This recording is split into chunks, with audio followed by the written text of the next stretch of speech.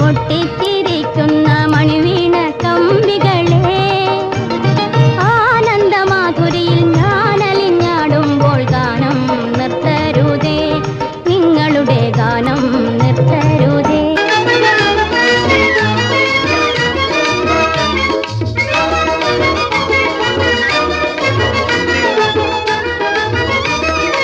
അണിയുവാൻ പൂവേർപ്പിൻ മണിമാല തന്നേക്കാം, അണയൂ നീ കനിപോലും തന്നലേ.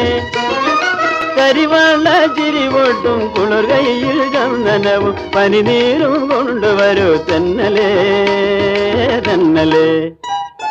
ചില്ലിമുളം കാടുകളിൽ അല്ലലലം പാടി വരും തെന്നലേ തെന്നലേ.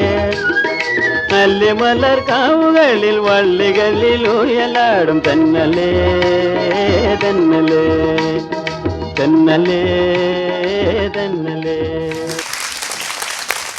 അപ്പോൾ ദാ ഇവരുടെ റെട്രോ റൗണ്ട് പെർഫോമൻസ് കഴിഞ്ഞിട്ട് ഇവർ നിൽക്കുകയാണ്. ഇപ്പോൾ ഈ ഒരു പാട്ട് നീലവെളിച്ചം സിനിമ വന്നതോടുകൂടി ഈ പാട്ടൊക്കെ ഭയങ്കര ആളുകൾക്ക് ഇഷ്ടപ്പെട്ട ഒരു പാട്ടാണ് ഇവർ സെലക്ട് ചെയ്ത് കൊണ്ടുവന്നതും. അപ്പോൾ നോക്കാം ശ്വേതാജി, എങ്ങനെയാണ് കാര്യങ്ങളുടെ ഒരു കിടപ്പ്? എനിക്ക് തോന്നിയത് നന്നായി ഡാൻസ് ചെയ്തു. പിന്നെ റെട്രോന്റെ ഒരു ആ സമയത്ത് ഒരു എക്സ്പ്രഷൻ കുറച്ച് ലൗഡായിരുന്നു, കുറച്ച് കണ്ണും അങ്ങനെ ഒരു ഇത്, അതൊന്നും എനിക്ക് അത്ര കണ്ടില്ല നിങ്ങൾ രണ്ടാ. ബിക്കോസ് നിങ്ങൾ രണ്ടുപേരും നല്ലൊരു ക്ലാസിക്കൽ ഡാൻസർ ആയതുകൊണ്ട് എക്സ്പ്രഷൻ ആ രീതിയിൽ പോയി. റെട്രോ ഫീല് ഫുള്ളായിട്ട് വന്നില്ല. ഡാൻസ് വൈസ് കോസ്റ്റ്യൂം ഇത് തന്നെയാണ്, നിങ്ങൾ ബ്ലാക്ക് ആൻഡ് വൈറ്റിന്റെ അത് കണ്ടിട്ട് തന്നെയാണ്, അത് നമുക്ക് മനസ്സിലായി, അതെല്ലാം മനസ്സിലായി. പക്ഷെ എനിക്ക് തോന്നുന്നു എവിടേക്കോ എനിക്ക് ഈ പാറ്റേൺ റെട്രോ ആയിട്ട് ഫീൽ ചെയ്തില്ല. What you say Swasika? അല്ലേ? മോളുടെ എക്സ്പ്രഷൻസ് കുറച്ചുകൂടി ഉണ്ടായിരുന്നു. പഴയ കാലത്തെ കുറെ കൊണ്ടുവന്നിട്ടുണ്ട്, ഷോൾഡർ വെച്ചിട്ടുള്ള സംഭവം, കണ്ണും എല്ലാം.